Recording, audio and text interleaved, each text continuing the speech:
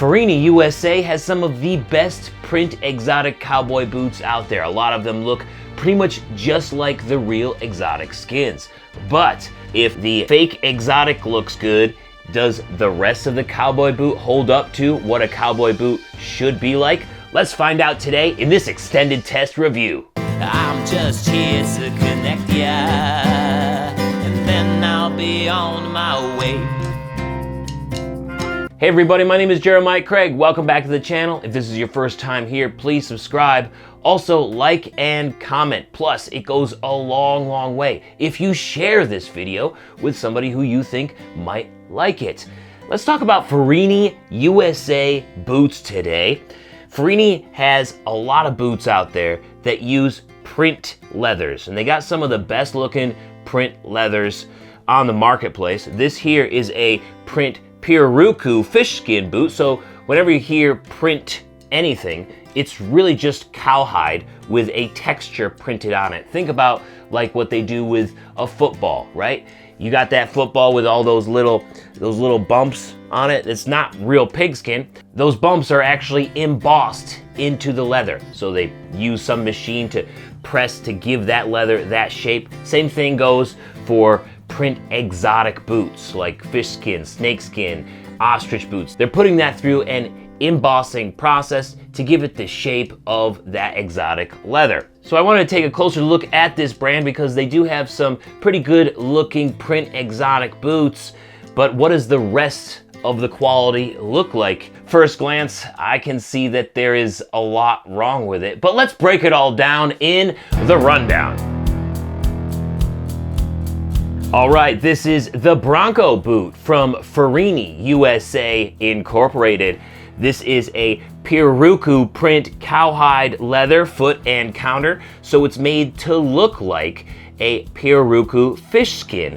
And you can see here next to a real Pirarucu fish skin boot, while this does have a pretty good look to it, it's nowhere near to as close as the real thing. So when you're looking at it by itself, it could definitely fool a lot of people, but not when it's side by side with the real thing. And the color of this Pirarucu print is brown.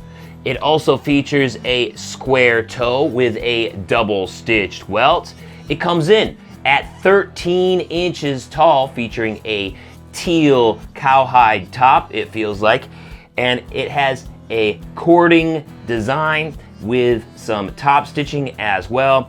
One of the things that's kind of bothering me with this design is that the cording doesn't go all the way down into the actual vamp itself. You know, they just sort of stop it in the middle of nowhere. And that's kind of annoying to me. Like, you want to see that pattern sort of disappear and pretend like it's continuing to go on into infinity, but here they just sort of stopped it. And I think that's a pretty lazy design in my opinion. On top of that, they put the tag for Ferrini right into the leather for the top itself. So they punched a hole into the leather so that they could put their tag here, when everybody else always puts it up here in the pull tab, because that way you're not harming the leather. Why would you do this, Ferrini? This is the most idiotic thing that I think I've ever seen a tag attached to. Just do it up here on the pull tab instead of damaging the leather. So dumb. Down here for a heel, we have about 1.5 inch block heel. And for an outsole, we have a leather outsole with a few pegs and a few nails down here. It is also on here with a Goodyear welt, so you could probably get this resold maybe once, unless you just use it as a dress boot, in which case you might never ever need to get this boot resold. On the inside, we got a leather lining around the top. It looks like a cowhide leather lining around the top, and down here around the foot, it's also leather lined, but it's leather lined with pigskin leather. And personally, I think that that should have been switched around, because if you're using pigskin as a lining, it's usually a cost savings method to keep the price of the boot down. The problem with pigskin lining, especially around the foot, is that it doesn't breathe very well. So if you got sweaty feet and your feet are sweating in regular boots, they're gonna sweat twice as much in a boot that has a pigskin lining around the foot, and that could lead to wearing out the boot even faster. So a lot of brands that use pigskin linings will use the lining in the top because it doesn't so much matter if it breathes as well up here. It needs to breathe well around the foot, but with that pigskin lining and some of the foam and other composite synthetic things that you have in this insole, your feet aren't going to be able to breathe very well in this boot at all. Speaking of the insole, we got a little bit of foam, and that's topped with a piece of leather that is glued down there pretty badly. It's wrinkly all the way through. That's gonna feel really weird on your feet all day. The heel counter also feels to be plastic. You can see how easy it is to press in there, and you can even hear the plastic snapping back.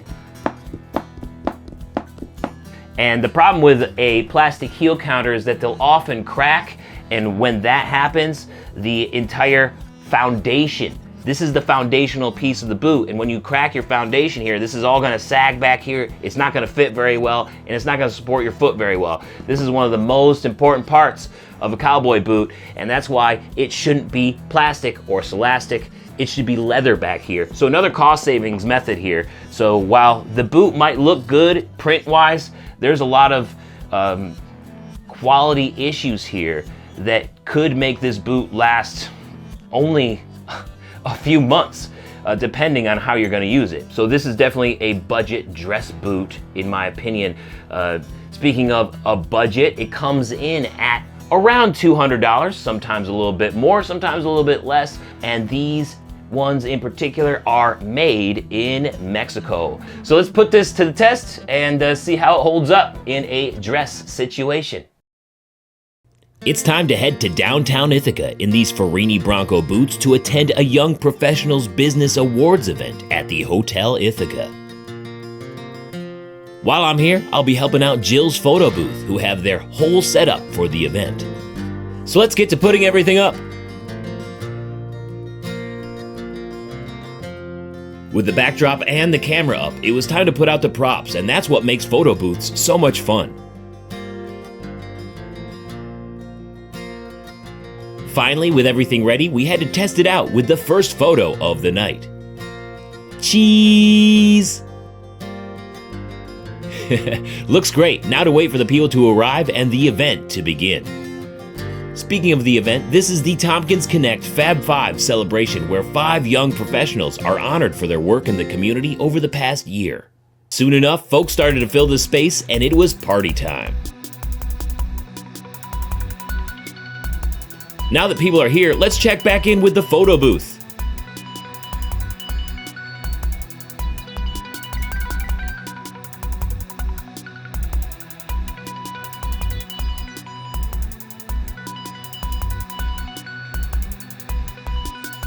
So many great photos already. But then it was time to head into the dining room area for the Fab 5 ceremony, where the Tompkins Connect played videos that I made for every award winner. My videos get thousands of views here on YouTube, but it's a little different when you have this many people watch your work in the same room in real life. And the speeches from each award winner were great. Congrats to them all. After a group photo in the dining area, the winners hit up the photo booth too.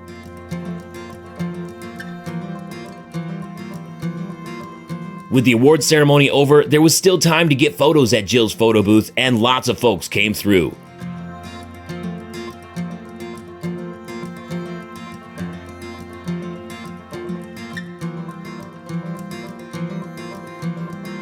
Even I had to get another photo. Soon, everyone had gone, and it was time to break down the photo booth, pack up, and go home.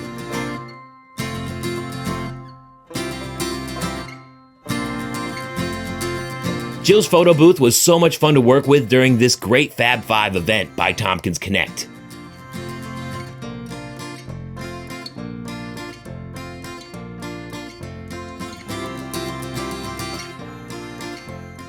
With big hugs, we said goodbye, and I look forward to seeing them again after a great evening in these Ferrini Bronco boots. Huge shout out to Jill's photo booth for letting me help out during the Fab 5 event. if you're in the Finger Lakes area and are looking for a photo booth for your event. I linked them up in the description. Definitely check them out. They're so much fun and do a great job. Now let's talk about these Ferrinis, because I got a lot of thoughts. While Ferrini boots might work well for a few people, they did not work for me, and I would suggest to everybody just steer clear of them. They might have some decent looking print leathers out there. Some of them actually look real. But if that's the best value that Ferrini can offer, it's kind of sad. The construction here is extremely lazy and poor quality. The counter is made of plastic or celastic. You can just hear it, and it's gonna crack eventually, and then the whole support system of this boot is gonna be shot. It's gonna be worthless.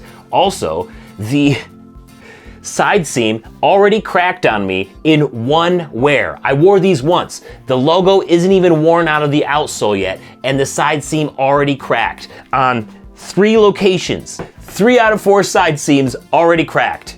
And it gets worse. I mean, the leather that they put on top of the insole is all wrinkly. They glued it unevenly, and walking on a wrinkly piece of leather is just so annoying, especially since underneath that little piece of leather is just composite. So it was uncomfortable on top of it being wrinkly. The Ferrinis are just not worth the money, guys. They have some different colors out there of this boot, but pretty much all Ferrinis are gonna be made like this, and it's kinda sad. I would highly recommend that you steer clear of Ferrinis and take the $160 to $200 that they are costing online. You know, it's anywhere between $160 and $220. Take that money and use it on the secondhand marketplace to buy some really good, slightly used exotic boots. I mean, the reason why you might be looking at a print leather Ferrini is because it's a cheap, exotic looking boot, right? It's gonna be a dress boot most likely.